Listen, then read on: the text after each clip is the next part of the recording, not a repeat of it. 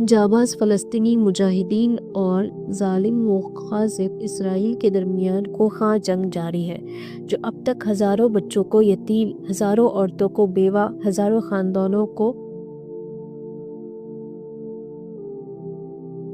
خاندانوں کو سوگوار اور سینکڑوں آبادیوں کو کھنڈر بنا چکی ہے۔ اس جنگ کو شروع ہوئے آج 8 ماہ سے زیادہ ہو گئے، مگر یہ جنگ تھمنے کا نام نہیں لے رہی ہے۔ یہ جنگ اپنی تمام ہولناکیوں اور تباہکاریوں کے ساتھ جاری ہے۔ عالمی طاقتیں اس جنگ کو روکنے کے بجائے مزید اسے بھڑکانے میں مصروف ہیں۔ ایک طرف ظالم و غاصب اسرائیل ہے، جسے سپر پاور امریکہ کی بھرپور حمایت حاصل ہے۔ دوسری طرف مظلوم فلسطینی ہیں، جن کی زندگی ایک عذاب سے کم نہیں۔ ان کے تمام گھر زمین بوس کر دیے گئے، ان کے ہزاروں بچے، بوڑھے، عورتیں شہید کر دیے گئے، اور اب وہ بھوکے پیاسے کھلے آسمان کے نیچے پڑے ہیں۔ غموں کے پہاڑ ہیں جن کے نیچے وہ دبے ہوئے ہیں۔ لطف کی بات یہ ہے کہ ان سب کے باوجود ان کے حوصلے جوان اور ان کے عزائم بلند ہیں۔ کسی بھی صورت میں دشمن کے آگے گھٹنے ٹیکنے کے لیے تیار نہیں۔ اس دنیا کی تاریخ میں ایک سے ایک بہادر قومیں دیکھی گئی، لیکن صحابہ اکرام رضوان اللہ علیہم اجمعین کے علاوہ شاید اس زمین پر کوئی اور ایسی قوم نہیں دیکھی گئی جو اتنی سخت جان ہو، جو اتنی غیور اور جسور ہو، جو ایثار و قربانی اور جانبازی و سرفروشی کے جذبے سے اس قدر سرشار ہو۔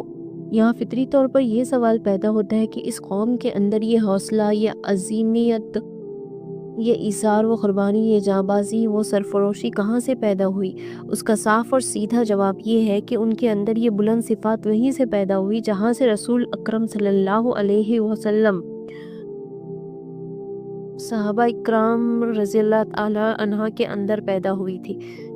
یہ قرآن پاک کا اعجاز تھا کہ اس نے صحابہ اکرام کو مسقام سے کندن بنا دیا، ان کی رگوں میں محبت الہی کی بجلیاں دوڑا دی تھی۔ فلسطینی مجاہدین کی طاقت اور عظیمت کا راز بھی یہی قرآن پاک ہے۔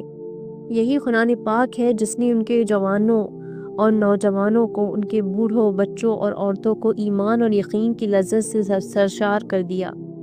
اس وقت جبکہ مسلمانوں نے کتاب الہی کو پس پشت ڈال رکھا ہے، فلسطینی مجاہد کی یہ خصوصیت ہے کہ انہوں نے اس کو حرز جاں بنایا، اور اس طرح ان کی رگوں میں ایمان اور یقین کی بجلیاں دوڑنے لگی۔ قابل ستائش یہ ہے کہ ان کے علماء و مفکرین کے انہوں نے قوم کو قرآن پاک سے جوڑنے کی بھرپور کوشش کی۔